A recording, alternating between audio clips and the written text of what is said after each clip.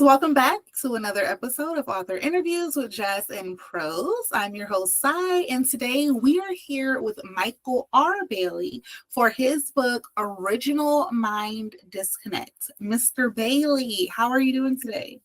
I'm doing pretty good, Sai. How are you doing today? I'm well. You know, it's a Friday. Ready for the weekend, so Me too. I'm good. I'm really excited to hear about this book. Okay. Okay. So I usually like to start with the title and then the inspiration for the cover. So if you want to go ahead and tell us how you picked the title and then why you chose this specific cover. Okay. The title,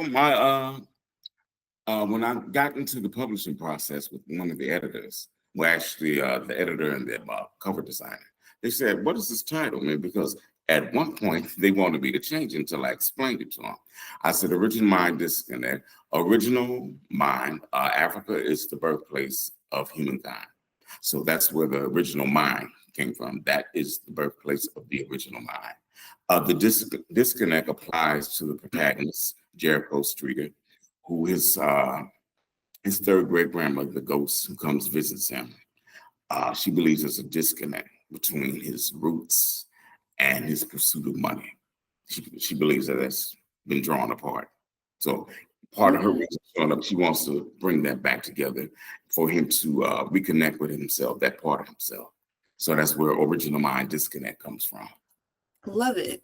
And then the cover, you chose, I see the chains, I see a basketball player. So what gave you the inspiration for that?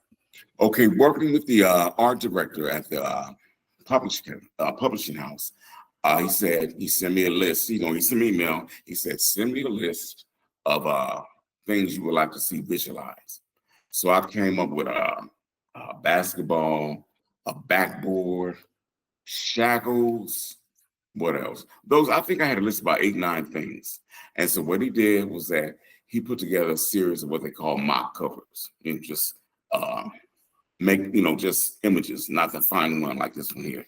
And so we went back and forth, and he came up finally with about four different covers. So this one has some change. He said, "Send me a list of changes." So I did that, and he worked on it. He refined it, he tweaked it and whatnot. And this was the final result. So Okay. Well, I love it. I love it. Seems like you put a lot of meaning behind yeah, your work. yeah. Yeah, I can tell. I love that. Well, it's a very nice cover, and I'm very interested into finding out more about you and how Okay. your mind even came up with this concept. So go ahead and tell us a little bit about yourself as a writer and how you got started. Okay. Well, I can go back a ways. I'm a little older. Um, I'm here in LA, born and raised, been here my whole life. Uh, from what I was told, my parents said I started writing around 3. Yeah, I started writing at 3. Yeah. Wow. From there, going to elementary school, it was just something that came easily, naturally. I mean, for a book I wrote about a couple of years ago, one of the supporting characters was a rapper. And I used to write poetry in elementary school. So I said, okay, at some point, I just can't have him as a rapper and not be rapping, not have him rap. And like I said, I hadn't written poetry since elementary school. So I started writing, and it just came back. It's like I never stopped writing poetry. So at one point, I think it was second or third grade, I'd written something, a paper for class. And the later on that day, well, that evening at home, the teacher called. And I was kind of a disruptive kid growing up. So I said, "What did you do now?" She said, "No, it's nothing bad. I just have a question." She said, "This paper you wrote," she said, "It's very well written." She said, "It's really mature for a kid his age." She said, "Did anybody help him with it?" And my mother said, "No." She said, "He wrote that by himself. He writes everything by himself. He has a talent for writing." And so she was kind of taken back. The teacher, I think she was real skeptical. But my mother talked to her, and so eventually she just, had no choice but to believe it. Yeah. So from there, I never really thought back in elementary on through up to high school that it would be something as a profession for me to pursue. It was just something that came naturally. Uh, I said, oh, after high school and college, that's where I took my first screenwriting class. I took my first screenwriting class there. And that's something else I had never thought about until Yeah. college, Yeah. pursuing a career as a screenwriter. So Mhm. the right thing, just did, it did. And after a few years after leaving college, I said, well, let me give it a shot at screenwriting, you know. So I did that for a few years. Actually, was hired by a producer to write a low budget independent film. Um, Never really had too much success with the screenwriting thing. I did quite a bit for a living, writing scripts and whatnot. But then I said, okay, let me try my hand at novel writing. And that's why 2011. Yeah. And the Okay. funny uh, No, I'm saying okay, 2011. So you've been for a yeah, while. okay, Uh-huh. 2011, I said, let me sit down and write a novel. And the funniest thing, there's a magazine, I don't know if you heard of it. It's for writers called Writers Digest. Yeah, of And it course. comes out every month. And I Mhm. read it. I had been reading it prior to deciding to try my hand at novel writing. And then, once I started saying, I read this magazine and I was reading it as a screenwriter, but there was never any articles really about screenwriting. So I think in some way, maybe subconsciously, I was reading this to prepare myself, maybe school myself on the craft and, art of writing novels. So yeah, the Yes. first one I wrote 2011, it was a family drama. It was multi-generational.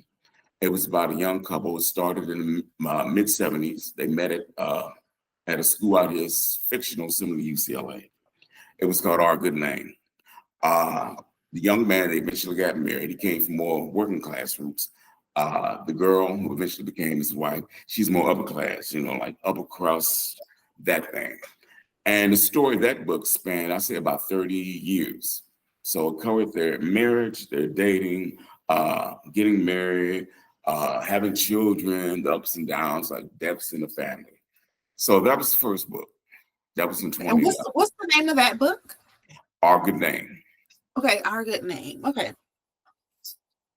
Wow. Okay, and I love stories like that. Um, have you ever considered or have you had any of your books actually turned into like a film series or anything I like wish, I wish, like any other writing. I mean, that? that one I could easily see like a limited series, a mini series, Our Good Yeah, Name. I could see yeah, that lasting maybe 10, 12 episodes. And I did yeah. write a sequel. I wrote a sequel maybe about a year or two later called Blood Makes It Family, or Family Makes It Blood, Mhm. something like that. And that was a continuation of that story. Yeah. Yeah, because I think nowadays with like Netflix and Right. Amazon and all that, um, they content is needed, so Exactly. I, even just hearing the plot of that book, just I don't know, I just feel like those types of movies and series do really well because it's Right. really delving into the family dynamics and that kind Right. of thing, Right. characters. Exactly. So yeah, so tell us, because this is what I'm really excited about. Tell us about Original Mind Disconnect. Just give us the synopsis of what it's about, and then Oh, I'll ask you some other questions. okay. Original Mind Disconnect is a story about a young Black man, very successful. He's a sports agent. He represents professional basketball players. Uh, he graduated, Ivy League, Princeton. Uh, he worked for other agencies, majority white, it's kind of up and down, touch and go. So he said, hey, I can do better. I can open my own agents. So what he did, he's opened up with two buddies of his, and three of them are agents, and each one has his own roster of clients. So everything's good, very successful. He's in his mid-30s at the beginning of the story. Home in Hollywood Hills, daughter from a first marriage, now in a relationship with a woman named Melanie, who's a successful writer producer with a series in Hollywood. So life is pretty much good. Yeah. And he gets up, part of his routine. He goes to UCLA, and every morning he likes to jog around the track. So he's jogging, and then he sees this old woman, and it catches his eye because she's dressed like 1800 something, you know. And he glances and he looks away, and then he looks back and she's gone. And then he hears a crack of a whip. And for a split second, he can feel pain like he's being whipped. So he goes home, he tries to put out his mind, he gets in the shower, gets dressed, and she pops up again. So then he's like, well, what's going on here? So she doesn't say anything. He goes about his day, and she has the ability to show up, and she does. She materializes, and that's where it starts. And that's what she tells them, this is who I am. I am Sudi, your third great grandmother who lived during slavery. And I'm here because basically I want you to join the fight for reparations. And that's where the story takes off. Jericho is the type of guy, self-made, obviously, doesn't really believe in reparations. He said, who knows, they may never come. That's what he sees. He thinks the best thing for Black people to do is to build their own wealth. Don't rely on anything from the government, because given our history in this country, it may or may not come. And he believes personally, it may not ever come.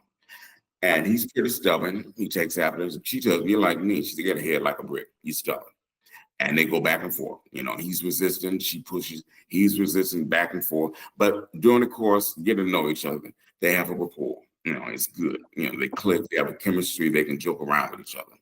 Yeah. But she's serious. She really wants him again and put his hat in the ring. And he wouldn't budge, and he tells her why, like I just said.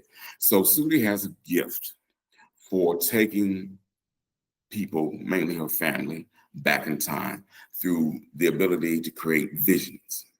So that's what she does without even telling him. One night he's at home in bed and he sees a scene from slavery. I believe it's a child, a daughter getting sold away from her family to another plantation. So it's really serious. She doesn't hold back.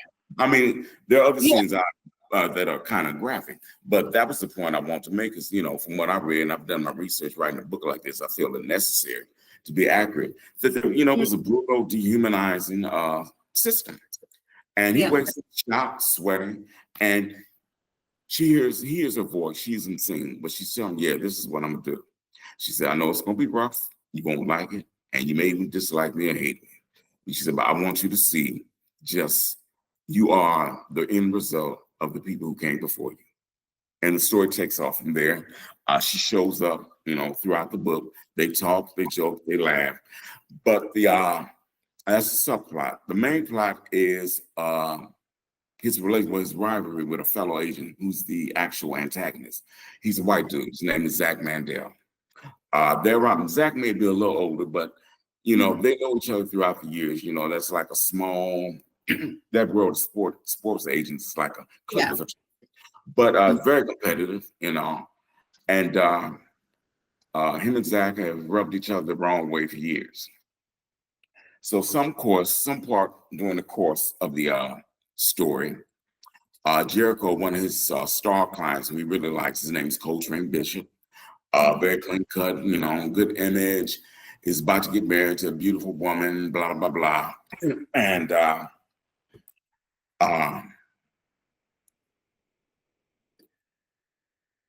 Zach finds out, and I'm not going to reveal too much, that I'm like, you're telling us a lot now, Mr. Bailey. Okay. Jericho's in the in the middle of negotiating a major endorsement deal for Coltrane. And everything is going along perfectly, blah, blah, blah, until Zach finds out during the course of the story.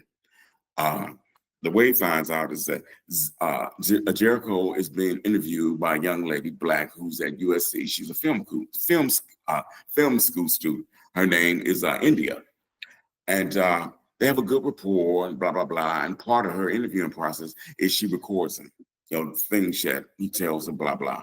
She's making a short student film about it. Anyway, Zach somehow finds out, and he steals India's bag, where he steals her footage from her camera.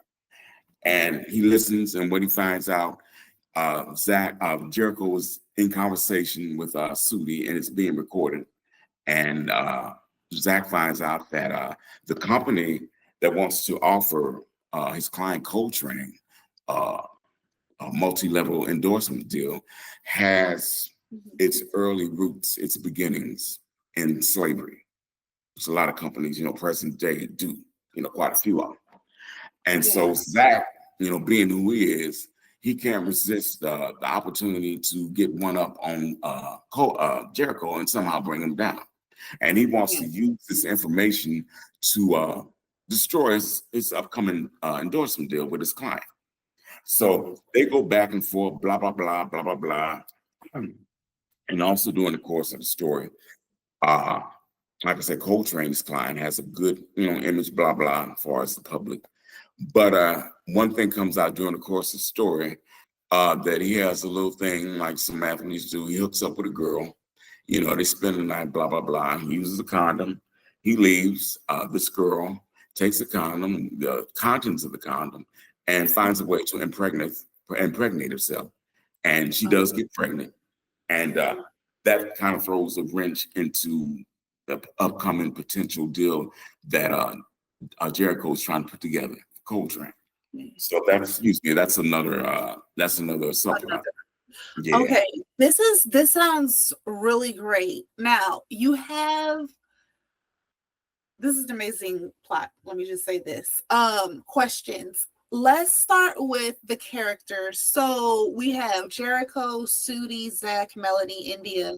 How do you go about developing your characters? I mean, like, how did you come up with their names? Do you create like some type of chart or something for character traits? And okay, yeah, I got you. Well, let me start with the story itself. I wrote the first draft in 2015, so that gives you an idea. But the actual idea for the story itself, I got maybe 7 years earlier. And what it was just a gist of I wrote it down in one of my journals. I said, a young man one day wakes up to find himself having visions of life during time, possibly slavery. And I wrote that down. And as a writer, I believe it's true maybe for a lot of writers. You play around with it, you think about it, you let it marinate, you work inside your head. And from there, I started developing. I came up with Jericho. I said, I want him to be a sports agent. I kind of forgot why, but I said, I want him to be successful in a field where there's a few, but not many. So that's what really makes him stand out. I liked his name, Jericho. I said, Jericho, I believe that's something biblical. The walls of Jericho come tumbling down. So that's where I got his name. And then from there, I began to flesh everything out. I started to create other characters. His great-grandmother, Sudi, his girlfriend, Melanie, his co-workers, his buddies at the agency that works with him, relationship with his family, his mother, his older brother, his younger sister. And what I really wanted to do, because I'm an avid reader as well as a writer, but I don't really see and hadn't seen at that time too many characters such as the one I was creating, Jericho.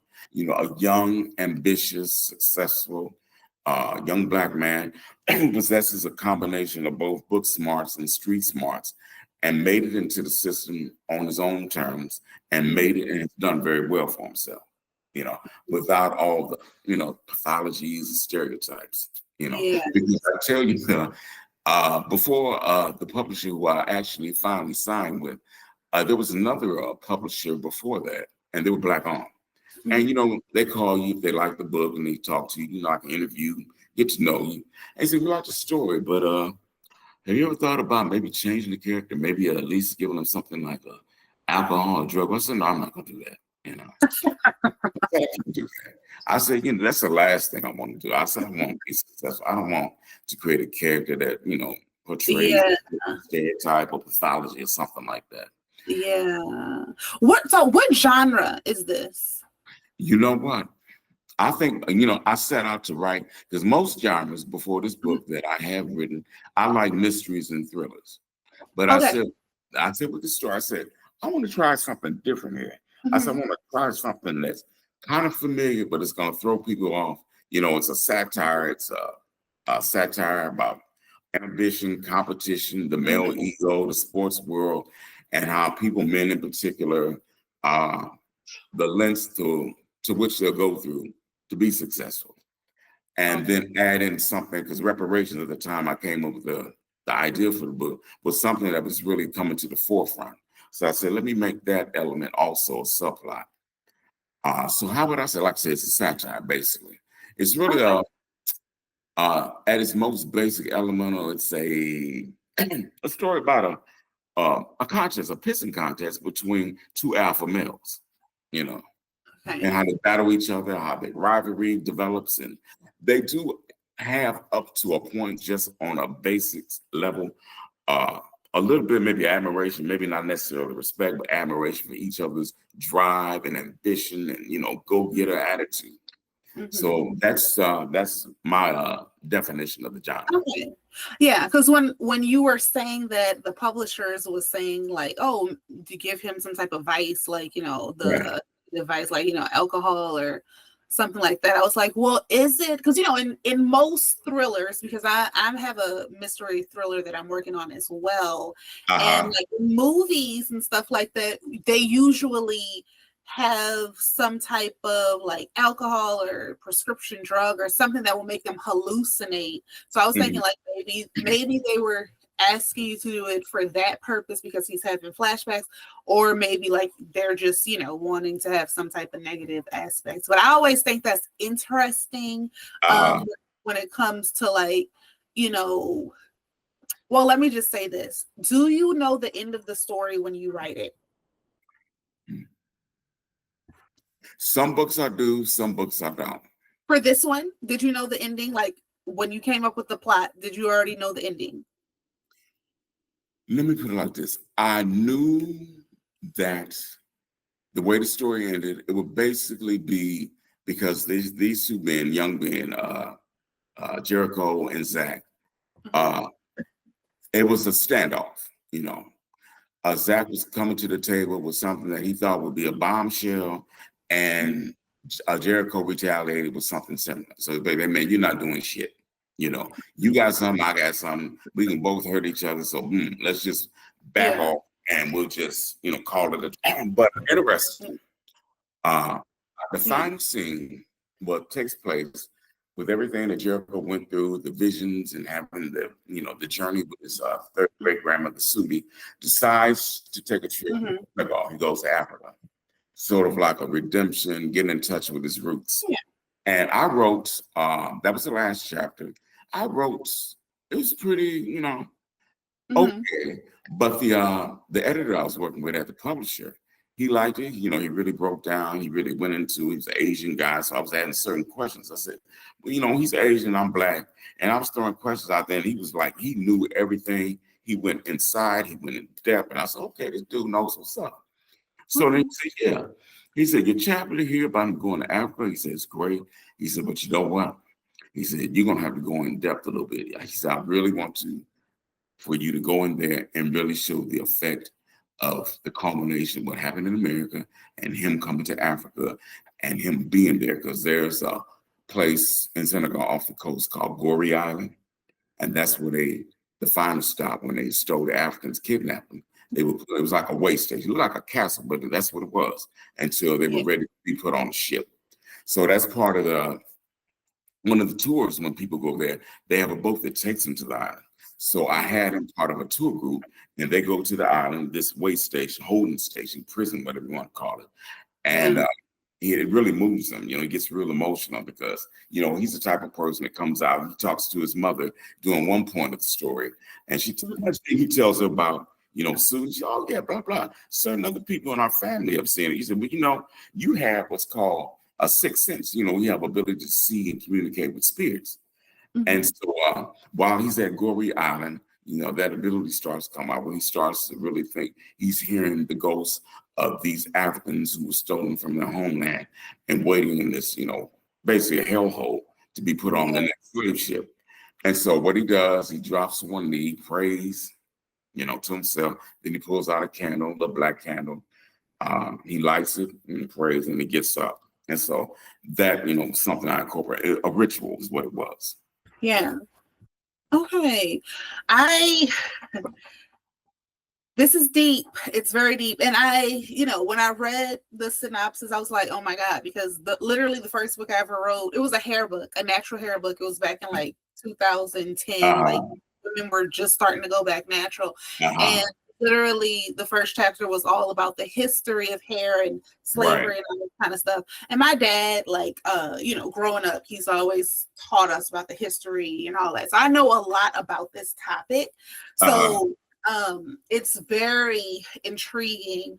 And I know that there were some shows that was kind of like this. I can't remember the name of it, but the lady was going back and forth. It's kind of new. I don't know if you've seen it. I think it was on Hulu, and she was going back and forth between like reality and back in the day. But You know what? I know what you're talking about. Was that Janelle Monáe that played in it? It was called Antebellum. was it? I know that. No, it's not that one. Okay. I saw that one, but this one was. It was, I don't know, it was kind of weird. Not weird, but a how can I say this? Contradiction here maybe was that she's married to a white man. Oh.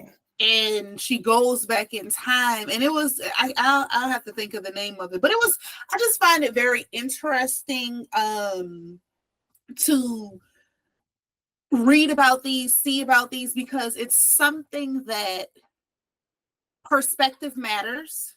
Uh-huh. Whose point of view are we seeing this from, so, and Right. who's the writer? So Right. narrative, controlling the narrative is important. So I think Exactly. that it's very important. I'm always like it, but I have to be in a mood sometimes because it's very dark. It's Yeah, it heavy. is. The It topic of is. It slavery. is. You Exactly. so yeah, but so I like how you did, have the more than one plot, Right. relating it to his modern life of what it's Right. like now. And there's so many things. I wish I the name of the people. But they talk about the talented 10th, Right. people that are, WB Du Bois. yes, up Yeah. at the top, and it's just so complex, Right. in America and then in Africa, and we're all spread out. So That's true. But I have yeah. to tell you, one of my influences was not a Mhm. book, it was a movie. I don't know you. I know you're a little younger than me. It came out in the late 80s. It Uh-huh. was called Sankofa. It was directed by an Ethiopian brother. He went to the UCLA Film School, Haile Gerima. And Oh, that's where I got some of the inspiration from. Because this story, the lead character was a model and in present day, and then she mhm. found herself back in slavery time as an enslaved woman and all the Mhm. brutality and the sexual violence, and she was actually experiencing that, and she was going back and forth from modern present time to slavery time. Oh, wow. Yeah. Yeah. Yeah, it sounds familiar. Uh-huh. I'm definitely going to go and check that out. I don't think I've read it, but the name Sankofa sounds very familiar. So with your publishing journey, how long did it take you to write the original Mind? And I'm gonna grab my charger, but you can answer the question. I'm still here. Oh, okay. Yeah. Yeah. I wrote the first draft in 2015, and it took me about 3 months. Only 3 Only months? 3 months. Oh my gosh. Wow. And I'm For gonna tell you that that first draft is about the final product, the book that's out and retail now is about 350 pages. The first draft that I wrote, and I write my first drafts in longhand, then the subsequent drafts I type. But that first draft handwritten came out to equivalent about 400, maybe 430, 450. Yeah. wow. So I had to edit, and I'm pretty good with editing. As a matter of fact, I'm merciless. I can get a black marker and just turn it, and that's how I work. Yeah. Wow. And That's then a after that, yeah. And then after that, I was in a organization for people that had worked as TV writers, and I took a course, and it was called a workshop. You're a writer, so I know you're familiar with that workshop. Mhm. You have an instructor, and there's other writers in the class, and you read excerpts from your whatever you're working on, work in progress, and then you get feedback, input, analysis and whatnot. And I did that for maybe about 3 months. So I was still working on it. So from there, I was sending it out, writing samples, queries, and my publisher who eventually signed me, Atmosphere Press, that had to been in 2020. I think I sent it out that year, 2021. I sent it out maybe September, and I heard from him around November, December, anywhere close to the end of the year. And it's funny because it wasn't his assistant or was an editor. He called, he was the CEO, and also he was the executive editor. And we talked for maybe all of 10 minutes. He basically said, I like the book. He said, it's different. He said, I think we can do something with it. And I'd like to offer you a contract. And boom, like that. So I signed the contract. The book actually came out in May of 2022. So it's been out 3 years. So this is what we are. Yeah, I love that.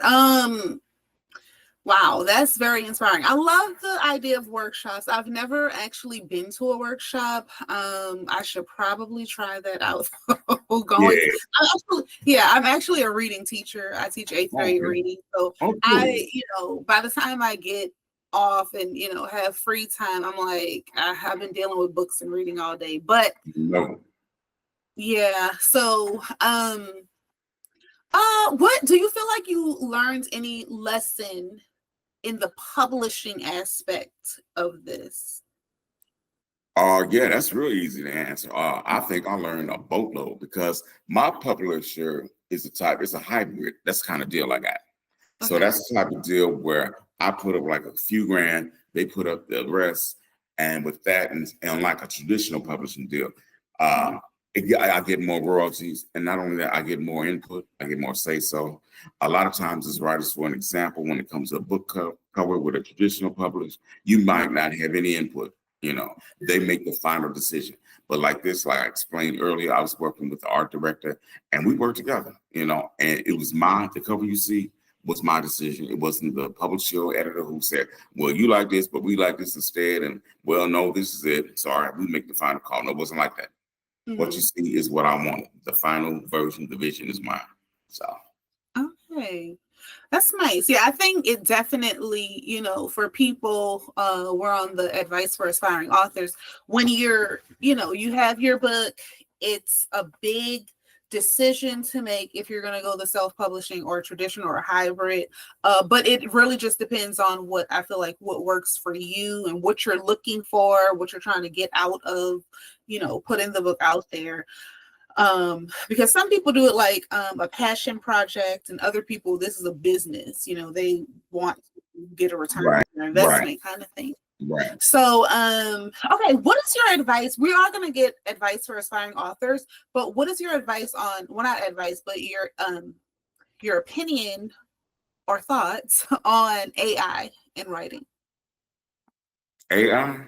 Yeah. Like, I have a friend of mine. Yeah. Right. I have a friend of mine who's been friends for over 30 years. He's a writer too.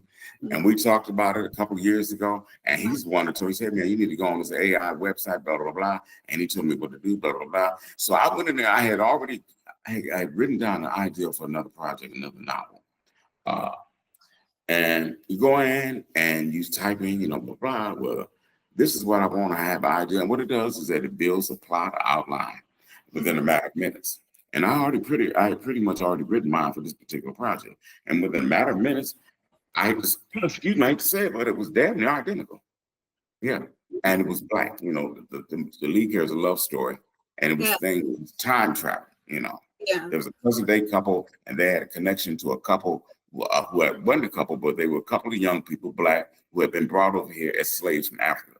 And somehow there was a reincarnation thing that I was building. But AI gave me pretty much not identical, but enough. And I was like, damn.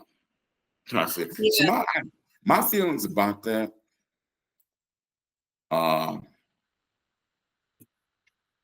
hopefully it never takes the place of all human writers, because that's one thing that I don't think can be duplicated is that humanity that writers being, of course, human bring to their work.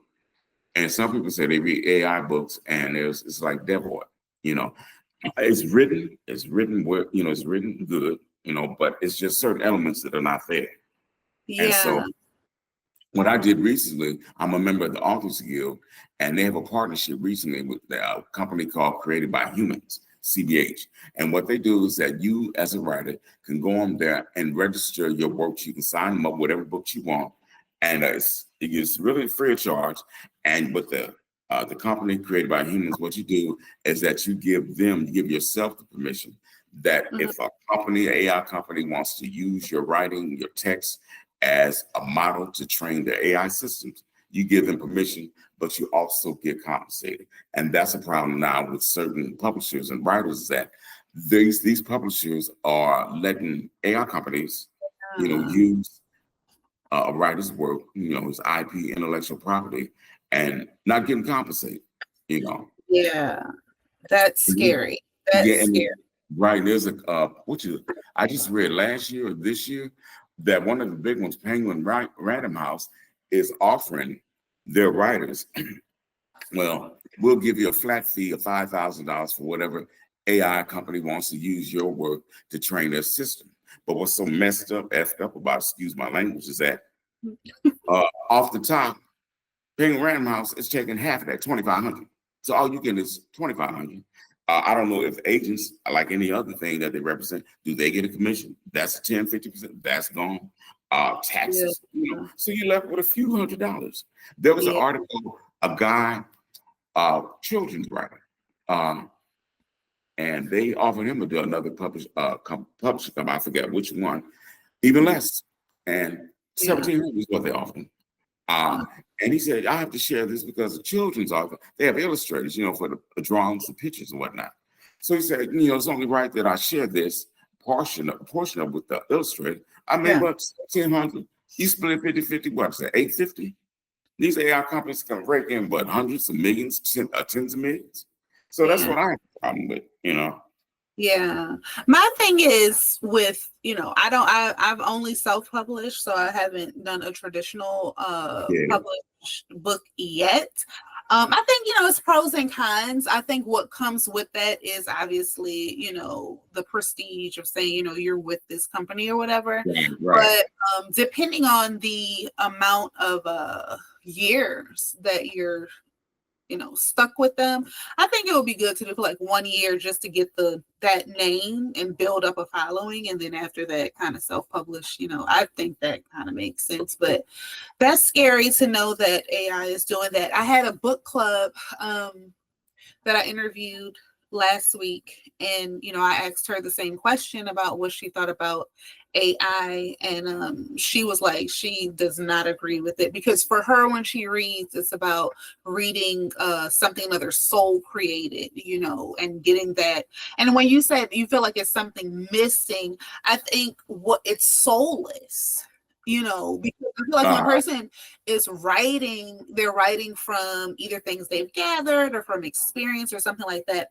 So I think, for me, I think I would be able to kind of tell the difference between, it would be really interesting for me I might do that on the next one, have like a AI versus a real or whatever. But I hope, like you said, that it never takes over humanity as well. Yeah. So what advice do you have for anyone who wants to publish, or they have a book that they've been thinking about and they just, need that little push? What would you tell them? One thing, my publisher is cool, but one thing I don't like is most of the stuff that I've done to promote my book, I had to do myself, because like I said, it's a hybrid deal. And if I wanted anything extra done, unlike a traditional, you don't pay for anything. My publisher, unfortunately, I have to pay extra. So I've gone like this year, I've done for my book, I've done similar things, podcasts, radio shows. I did an interview a couple of years ago with a TV network that was based in Atlanta, a show about writers and talking about the book, similar to this. So I've done little things like that. So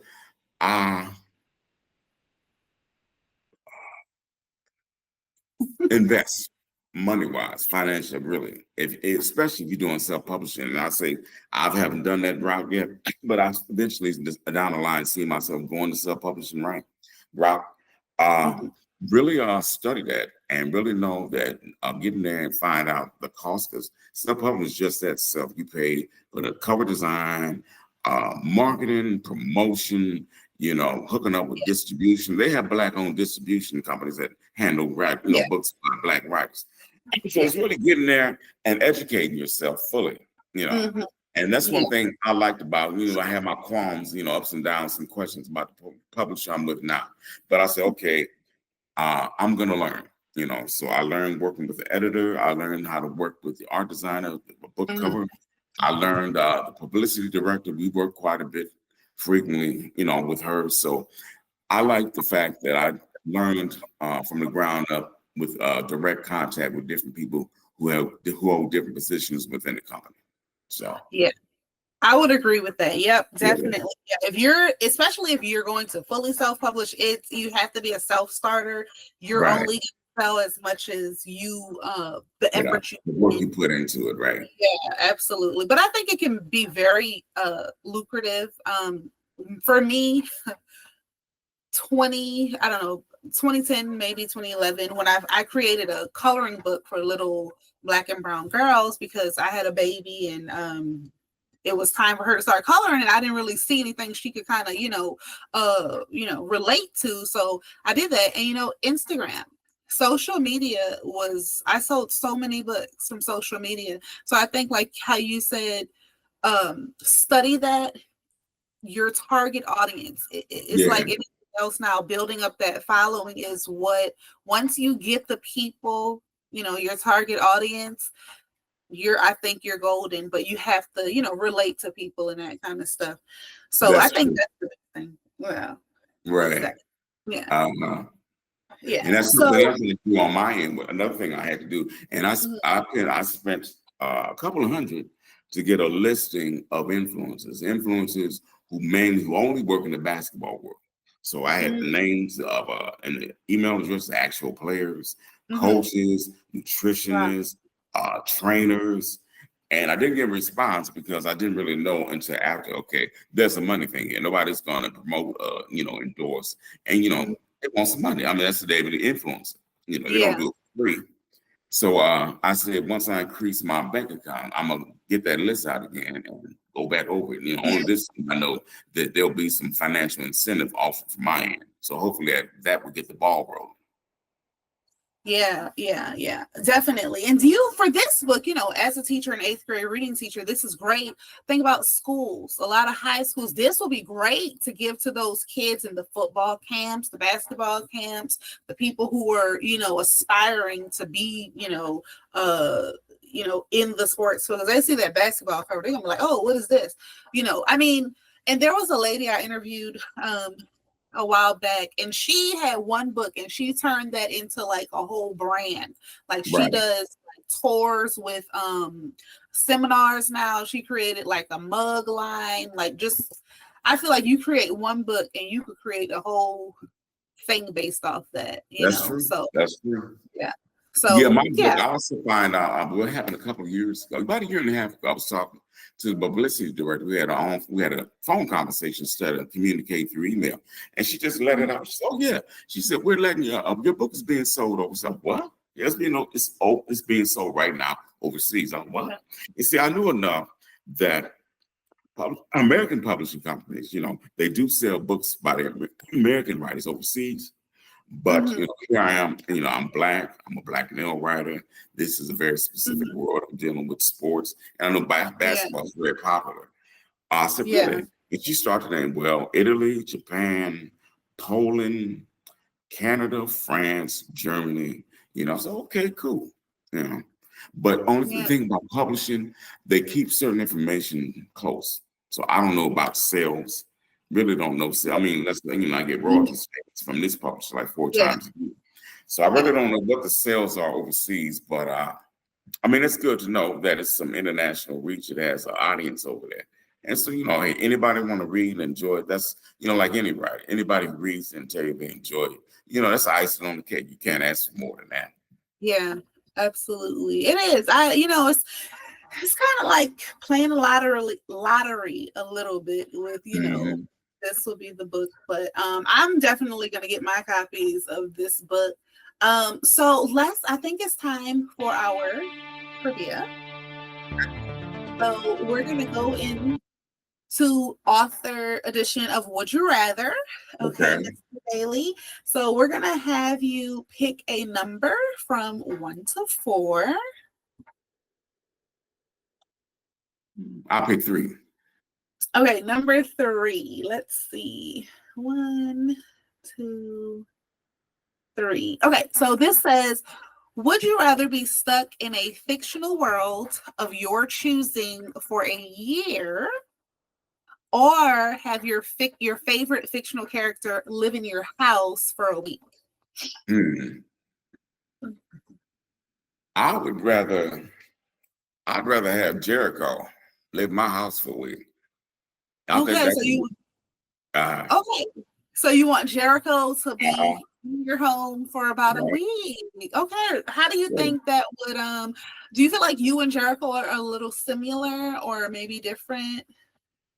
I think there's similarities. To be honest, if possible, I would like to stay in his house for a week. I have his character living in Hollywood Hills, so that'd be bomb for me for a week. In his world, on these famous athletes and blah blah blah, and all the excitement and all the ambition and the high profile life. I would like that. My house is wouldn't matter. Yeah, and I do Yeah. believe there's some similarities there. I'm not a sports agent. I'm a writer, but I do like sports. Yeah. I created a character that I believe, like I say, writers write the kind of stories that you want to write. But when it comes to characters, write the kind of characters that you wouldn't mind, that you like, and you wouldn't mind if they were real, getting to know them, or being around. I mean, because Yeah. writing itself. If I'm like any book, when you put in an X amount of time to write, I believe you have to like your character. Yeah. Yeah, Yeah. yeah, yeah. I could see that. I could see that. Well, first of all, I'm glad I changed up question number 3, because people who have been watching these interviews know that everybody picks number 3. Like number 3 is the number, and I changed it because I was like, no, everybody always picked that. Well, Mr. Bailey, we are at our last slide. So, what is next for you? Okay. Well, I'm gonna back up. There's something that happened recently. Good news last week. Uh, Okay. what's next for me? I've written Original Mind Disconnect is going to be a trilogy, and I've already written the second book. Yeah. Okay. The second book is called Slam the Rock Home, and that's a basketball term for slam dunking. Yeah. And this will take going back to Original Mind Disconnect. Mhm. There's the epilogue at the end of the story, and Jericho 10 years later, he's still with Melody. Matter of fact, they got married. They now are parents of twin boys, Zaire and Zamir. The daughter is now in high school. So that's where the second book takes off at. 10 years later, now instead of having his own independent agency, he's merged with a major agency. Steve and Dietrich, his partners and friends, are still with him. So they merge, and he becomes even more powerful. I think he becomes, if I remember, president or something of the agency. So he's even more powerful. And now, instead of focusing like I did in Original Mind Disconnect on professional athletes, I don't know if you follow sports, but now we have something in college and high school called NIL, name, images, and likenesses. So now college athletes and high school athletes, like a lot like professional athletes, can now profit and make money off their name, images, and likenesses. So they can get endorsement deals like the pros, brand endorsements, that type of thing, make money from their social media. So that world and the second book, that's where everything takes place with these young athletes, the high school and the college athlete, mainly the college athlete. I can't think of his name, but him especially, he's just as crafty as knowledgeable and savvy like an older professional athlete. He has social media where he's making money, brand endorsements, he's making money. He's sponsoring, hosting video game competition tournaments. So that's the gist of that book. Okay. All right. Well, so you said it's a trip. So that book is already out. Yeah, no, it's not. It's not. It hasn't been published, but I finished it. And what I'm thinking about, because I'm a little dissatisfied with how the current publisher, Original Disconnect, Original Mind Disconnect. I'm thinking about taking the second book to another publisher, and I already talked to this publisher now, and they say they don't have a problem with it. So hopefully, Yeah. somewhere along the line there'll be a boost where somebody, a professional athlete, somebody in sports or whatnot, puts it out there on their social media page that this book is good, and that'll kickstart sales and pick up again. But Lydia, get to the recent good news. Last week, a publisher who I submitted the book to about 3 months ago emailed me and offered me a contract.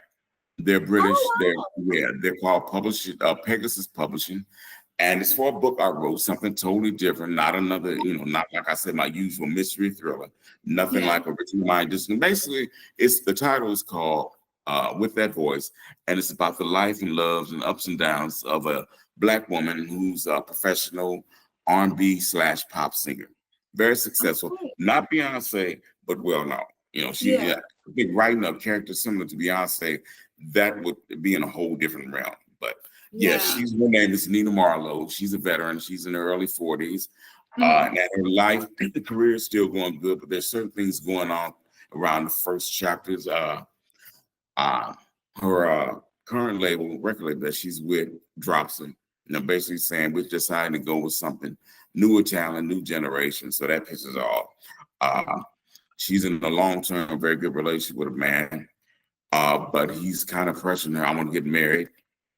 And I like her because she's a comical woman. I said, the next book I write, I said, I want her to be, I knew she's going to be a woman. I said, I know I want to create her with a sense of humor. So I think I did that. She has a son, grown son, has a girlfriend. She finds out that eventually his girlfriend and he are pregnant. They're expecting a child. So there's a lot of different things going on. She's Yeah. um, she's getting an endorsement deal with a hair care company, which is a wig company, which is for her is kind of ironic because the first few pages, when she steps off a stage, she's on tour. That's how the story starts. She has a Uh-huh. wig, she snatches it off, and she said, yeah. She said, this damn industry, all it wants to do is tell Black women that, to look a certain way, you need all this fake hair. So, she's kind of rebellious spirit. She chops her hair, she gets a little afro. Yeah. So and then there's a relationship with her father, which is good. He's also a musician. But her mother, they have a touching, not really a good relationship, but during the course of the story, certain things come out that brings them closer together. So she has a trio of good friends, two good friends, Desiree and Sonia. So I'll delve into that relationship. So it's really about her life, how Yeah. she handles everything that comes her way with a sense of humor. She's intelligent. Obviously, she's talented. She's direct, doesn't take a lot of mess, but she's very loving, warm people to the people she cares about, that she loves. So it's her life. Okay, and that one is called With That Voice. Yeah, with that voice. With That Voice. Okay, well, we will definitely is that one out already or not yet? No, I just signed a contract last week. So I'm Okay, just so about that whole publication process is just about to begin. So really, honestly, I can't even give you any idea when it'll be out. I'm assuming sometime next year. That's publishing. That's how it goes. Original Mind Disconnect. That took about from signing the contract to release date, maybe about 6-7 months. Okay. Yeah. Well, first of all, with that being said, where can people find this book, Original Mind Disconnect, and then where can they follow you to keep up with when your other books will be out? Okay. Original Mind Disconnect is being sold only on Amazon, paperback and ebook. Okay. Yeah, so you can get it there. That's the only place. And I do have an author's website. The email address is Mike the Scribe, SERIBE.com. So you can go there. And I will be posting, adding information about this recent contract that I signed. And I'll also be giving tidbits about what the upcoming new book is about. So it'll be up to date. I'm bringing everybody up to speed. Okay, well, we'll have all of your information linked in the description box so that they can keep up with you and your books that are coming out. Guys, Original Mind Disconnect, this is very different, but it's historical, it's relevant to now, it's modern, it's sports, and then it's, we have very diverse characters here. I feel like you have you read the book? I'm going to, though. I am Okay. going to read this. Okay. I did a little research on it, but I am going to read the book because I Okay. love this type of plot. So I'm curious to see, and I read some of the reviews, and they said you have a similar style to Walter Mosley, which is an amazing writer as well. So I'm very That's a hell of a compliment. He's one of my favorite writers. Yeah, they He said that's was the main reason that inspired me to write mysteries and thrillers. You know, actually, he's from here, L.A. Really? Okay. Yes. And yeah, I could kind of see it. I really was reading Devil in the Blue Dress again, and I was like, I'm going to order this tonight because I do want to read it. I was looking, how sometimes they have the preview. Right. That I said, oh, let me see, but they didn't have it. So I'm gonna go order it so I can start reading it, and I'm gonna leave a review and tell you my update on it. But okay, you were about to say something? I know. Yeah. I was wondering. You said you read some reviews about my book. Where? Read it. Read it. You said where you did I have read that? Yeah. Amazon. Oh, okay. Yeah, on Amazon. Yeah, I went there when I got the picture, and I was like, oh, let me go see some of the reviews and stuff.